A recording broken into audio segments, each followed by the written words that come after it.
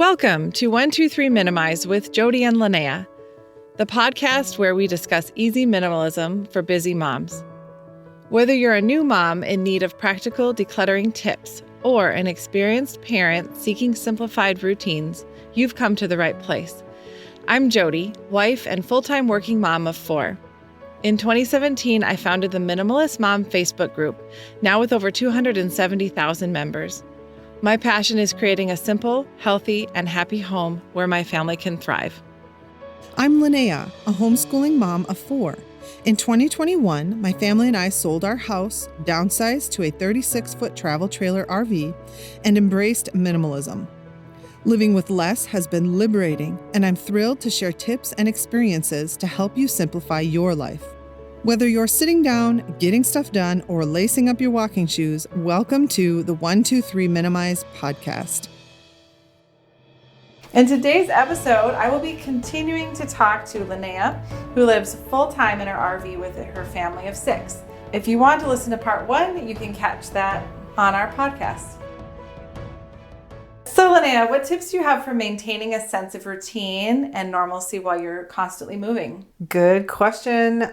Well, I don't know what other RVers do, but our style of travel is that we spend summers in our home state with family, and then in the fall, winter, and spring, we travel. And we prefer to travel maybe 2, 3, 4 weeks, maybe a little more at the max, maybe 5 weeks, and then stay somewhere for a while because it can be way too exhausting otherwise. So when you say travel, for like what, how many nights and then how much driving? Right. Yeah, I would say when I'm saying traveling, I would consider that moving several times over those 5 weeks. So we might for instance, we might drive from Minnesota down to Texas, and that might take us 2 weeks, depending on how long we stay at places on the way. So that would be like a 2-week travel, and then hopefully we would stay in one campground for a couple of weeks to rest and have time to do other chores, because household chores get really behind when we're traveling. And we don't do much bookwork school, which is fine because we're usually doing other learning, museums and national parks and state parks and all kinds of things while we're traveling. But, to find that balance and just to have some weekend days where we're just not doing anything because you need rest. So yeah, we kind of ebb and flow like that. It kind of just depends on our goals as far as where we want to go and what we want to see. But in the winter, often I will try to find somewhere, preferably one site at one campground that we stay for 1, 2, or 3 months put together, if possible. It's not always possible. And it's okay if it's a month and then we move somewhere and we stay there for a month. But generally, we just need some downtime. And I will try to pick places that have interesting things that we want to see and do that are within a day. So we can make multiple day trips on the weekends. Sure. So it might be a national park or a ghost town or a cool site that has fossilized dinosaur prints in the ground, or a state park that has a waterfall in it, or a museum of some sort. So just trying to not have to move our trailer so much. So my point in all that is when we get somewhere and we're set up, it sort of changes. Our daily routine changes slightly depending on where we are. Because depending on the hookups we have, our daily chores will change. If we are boondocking or we do not have full hookups, including sewer hookup, the chores are more. When we were at an RV resort where there were lots of activities going on, we kind of planned our weekly schedule around those activities that we wanted to go to. So it just is different every place we go. But in general, for us personally, we just usually stick to the school book work in the morning. And in the afternoon, we have free time and chores, and in the evening, family time. That's kind of your routine. Yeah. Yep. again, depending on what's going on and where we are. Sometimes, because we homeschool, we have the luxury of doing things in the middle of the week when there's not a lot of other people at museums and popular places. So sometimes my husband will take a day off in the middle of the week and we will go and do something in the middle of the week, like a national park or a museum or something. So when you mentioned staying in one place for a month, are you ever worried that the campsite that you get to, what if it's terrible and now you've committed this long period of time? Because I know I've done it where I've booked something. We were out by Yellowstone and this place had, great pictures and fine reviews, but we got there and it was so bad. It was like these cabins, people were up all night, loud. It was just, it was not what the reviews said. Have you ever had something like that where you're like, oh no? Well, not necessarily that extreme as far as like a place that we've stayed for a month. I spend my husband and I both spend a lot more time researching the ones that we're going to be at for longer, especially if it's a month or more.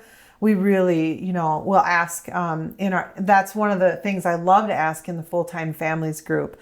I'll just post, hey, has anyone been to this place? And you get some really honest reviews from other families that have children. Yeah. And we do the reviews. There's an app called Campendium. Okay. And that's the main one we use to look up the campgrounds that we want to stay at. And they have pretty good reviews on there. Campendium has reviews on their YouTube channel that you can watch, so you can actually see video footage. Nice. Sometimes I'll just Google it like on Instagram or something and find other full-time families that have posted about that place. We will look up the crime. We'll look up the grocery stores and gas stations to see how far those are, all of that stuff. When we're traveling more, like especially if it's a one-night stop, there's been some pretty scary places that we stayed.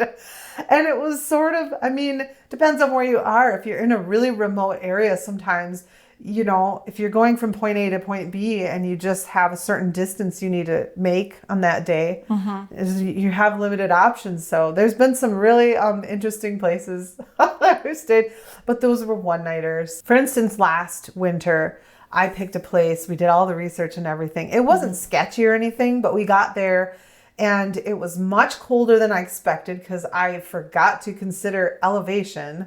Stupid. It was in southern Arizona, but it was at a high elevation. So it was cold and I was not expecting that. So they had a nice pool, but it wasn't open. Yeah. And so we thought we were going to be there for 3 whole months put together. And so it kind of threw me for a loop because I did the research like 6 months earlier because that Arizona is one of those places. And so it was pretty disappointing. Again, it wasn't sketchy or unsafe or like horrible. It just was not our place. It was not what we wanted for 3 whole months. No.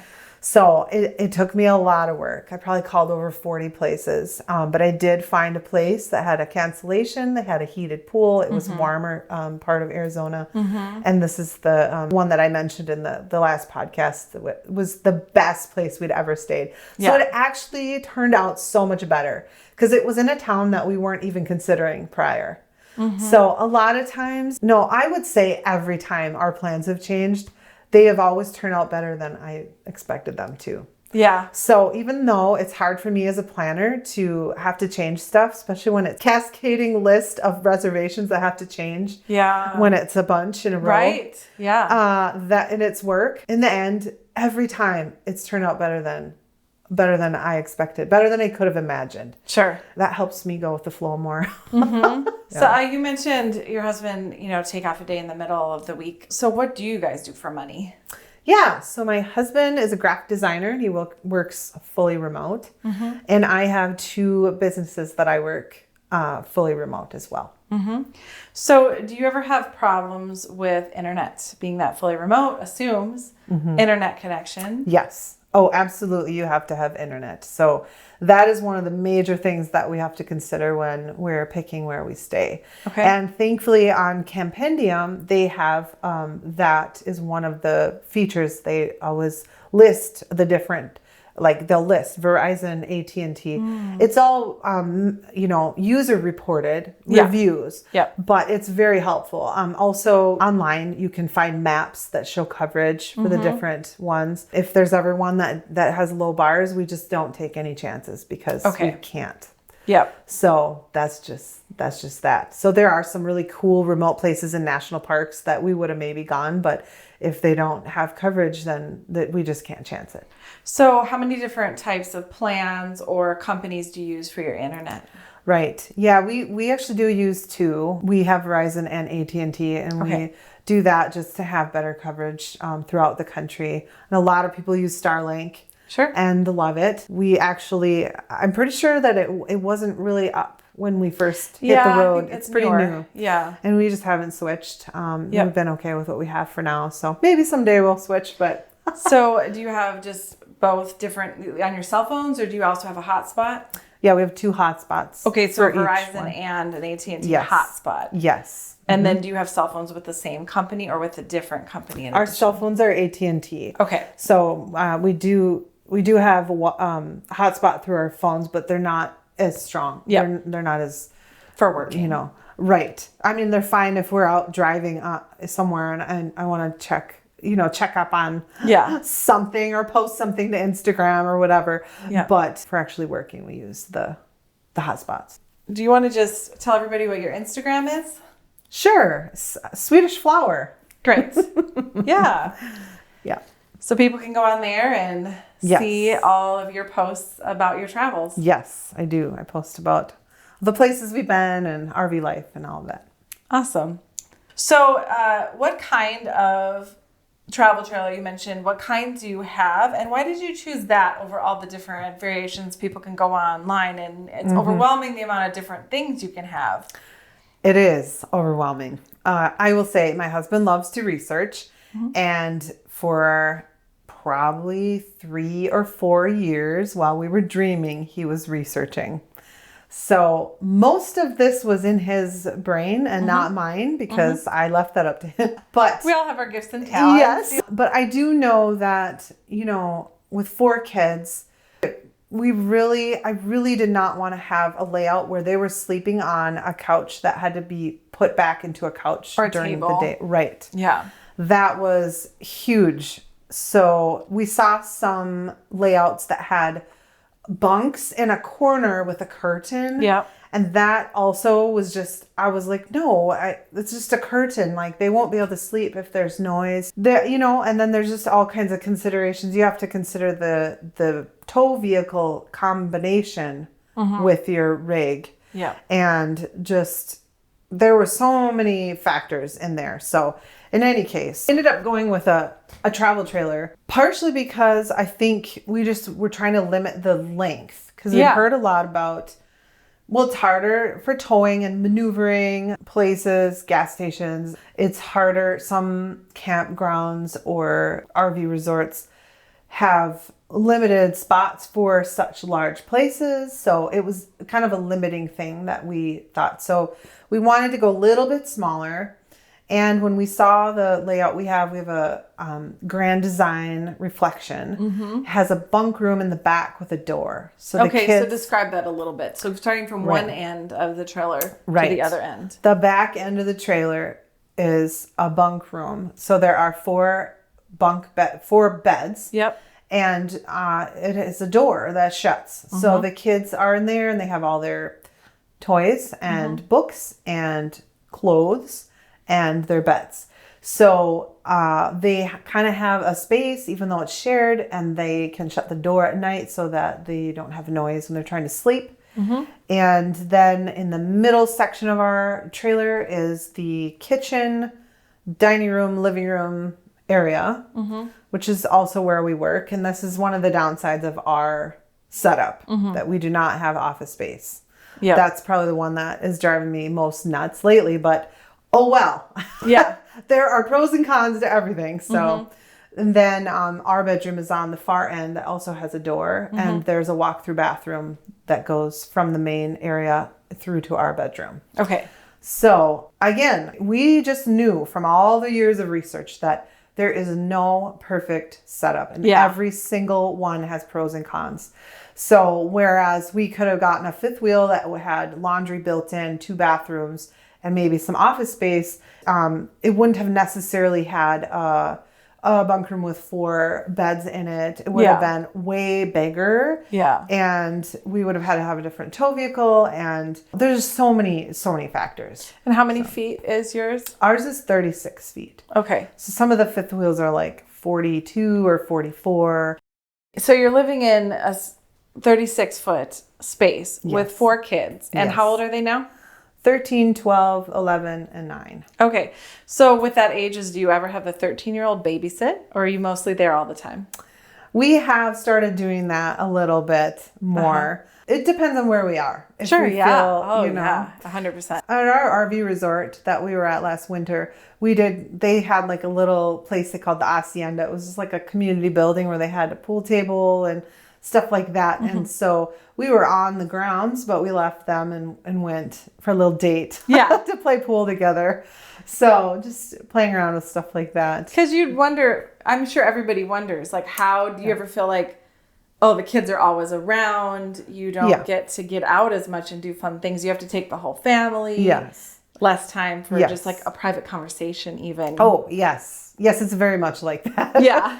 I mean, thankfully, like I said, my kids love being outside, so they are outside a lot. But yeah, I mean, you know, I'm not going to lie. Even if they're outside a lot, we are still on top of each other. Yeah. I mean, it just is. Yeah. You know, every time I go to the bathroom to do anything, 2 or 3 or 4 people are needing to use the bathroom as well. Right. So, you know, as a woman, like if I'm ever trying to like actually be presentable to go somewhere, I just have to know that I'm going to get interrupted a whole bunch of times because we have to share. So yeah, there are times where we'll just put on a movie, like if we need to talk budget or travel plans or, you know, different things that we want to talk about without the kids hearing every word. But yeah, I mean, when we do have family around, we will take advantage of that too and just try to go out on a date or something. Yeah. So that's good. Yeah. It's important, you know. It is. I think sometimes it's when they're littler, they have, you know, there's ages where they're unaware of you. So you can have a conversation. Right. But at certain ages, they have opinions about everything you're saying. Oh, I know. And then it feels like, wait, we're getting distracted. I'm just trying to talk to him. Yeah. I will include you later, but right now, now there's too many ideas. Oh, yes. And we're off on a trail. Right. And so there's different ages, you know, because toddlers, they're a lot of work, but also you could just have a conversation. Right. You know, because they're just there. Yeah. Yeah. But we're definitely at that phase. Yeah. Even this morning that was happening. And I was like, I don't need your input right now. Yeah. I'm trying to talk to your father. But yeah, depending on what it is. I mean, if I'm playing around with an idea of some place we want to go, I maybe don't want them to know until we figure out if we're going to actually go or not. Right. Because I don't need them being all disappointed. Right. Right. So. Yeah. You said we were going here. You're like, I was just talking like pipe dream here. Yeah, I wasn't booking anything and announcing it to the family. Yes. Yes. I get that. Mm-hmm. How do you stay connected with your family? Like your extended family, friends, while you're far away for a long time? Mm-hmm. Well, and especially the kids when they probably don't all have their own phone. Right. And so then how are they connecting? You know? It's true. Yeah. As far as family, we have had times where family have come to visit us. Last winter, we were in Arizona and we had some family come for a week and stay in a nearby hotel. And they brought their dog and everything. So that was really special. And that was nice to be able to see them partway through our time away. Yeah. Also, we have family in a completely different state than we live in. And so we always go and visit them. And oftentimes the rest of the family will be there as well. So that kind of breaks up the time away. But really just doing video calls and mailing things back and forth when we have the chance. So it's hard, but you know, right now we're staying with family. We're mooch docking in their yard. And so we're just really filling up that cup for everybody. And because we know that we'll be leaving soon for the winter and so we got to fill those cups to overfilling before we go. So you mentioned mailing stuff. How does that work? Like, how do you get stuff when you're only there for a little bit of time. And how do you handle your mail, generally speaking? Yes. Because maybe something gets sent and you need it, but you're far away, many states away from it. Right. Yeah. So we do have a mailbox in our home state. Do they scan stuff or? This one particular doesn't. They do. There are services who will do that for you. Okay. They probably cost more than what we pay. Yeah. We just went paperless with every last thing that we possibly could. Okay. And so we really don't get a lot of mail to our mailbox. When we're away, I will just call every once in a while and ask if it's getting full. And if it's full, then they will ship it to us. Probably about $30 to have them ship our mail. So over the winter, I probably had them ship it to us once every other month. Okay.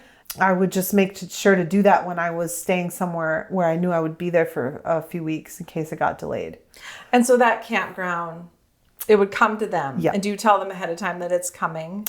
Every campground is different. Okay. I would say like any place that's like a resort, they always have because most of them, especially in the South, there's people who come all winter. Oh, yeah. So that's a thing. Like the last one we were at, they even had a mailbox. You got a key and everything. Oh. That was the first one. I mean, but there's other ones where they just get it in the office and they'll call you and say you have a package. Okay. Or they wouldn't call you. You just have to go and check. And it would just be in the office and you just go pick it up. Sure.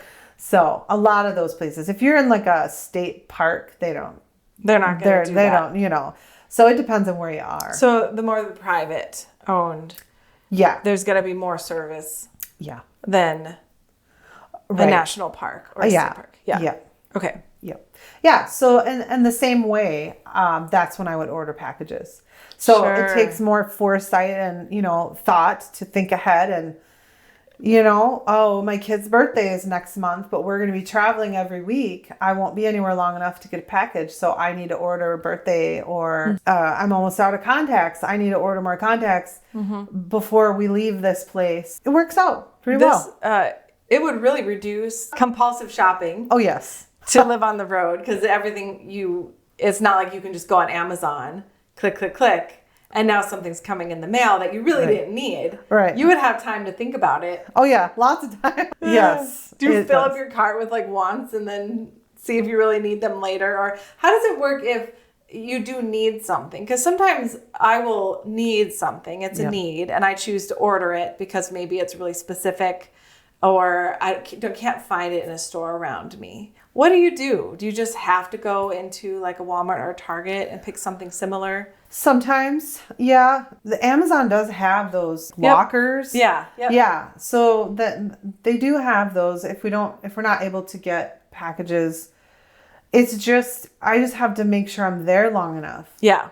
And sometimes things get delayed. So it always feels risky to me. If it's like, if I have like a 2-week or more window before we leave, then I'll order something. Otherwise, the last 2 weeks, I won't. But yeah, if there's something we need, and we know we're leaving soon, we either have to go without it until we're traveling closer to a Walmart. There's not always a store. But yeah, if we end up near a city that might have like RV parts or something like that. But thankfully, there haven't been too many instances like that so far. But you just do what you have to do. You just make it work because you don't have a choice. Right. What's the worst thing, the hardest thing in your memory that you had to go without for an extended period of time? I think probably I remember over the winter, the kids needed new clothes or shoes. They love their Crocs. Oh, yeah, that was a hard one because we were way out in the middle of nowhere. Our RV resort was awesome. It was like a little community. We had everything there except for groceries and other store. There was horrible grocery options. The town that was nearby, I hated it. But we weren't in the town. We were outside of the town. So when I was in our little community, I felt like great. Everything that we wanted except when I had to get groceries, it was like an 1.5-hour drive. Wow. So, but but then I was by Phoenix at that point, so anything we needed, we could find. So that's a wrap for today's episode. Join us next time for part 3 of my interview with Linnea, who lives full-time in her RV with her family of 6. We hope you enjoyed delving into this topic with us and found a few tips that might help you on your journey. We want to extend a heartfelt thank you to our amazing listeners for tuning in. Your support and curiosity are what keeps us going. For more tools and resources to help you on your journey toward a simpler life, visit our website, www.123minimize.com. If you found today's episode valuable, don't forget to subscribe to this podcast so you never miss an opportunity to explore new ideas and perspectives. And if you're inclined, leave us a review, which helps to spread the word to others who might enjoy the journey too. As always, feel free to connect with us on Facebook or Instagram to share your thoughts, suggestions, or just to say hi. Until next time, stay motivated. Take care.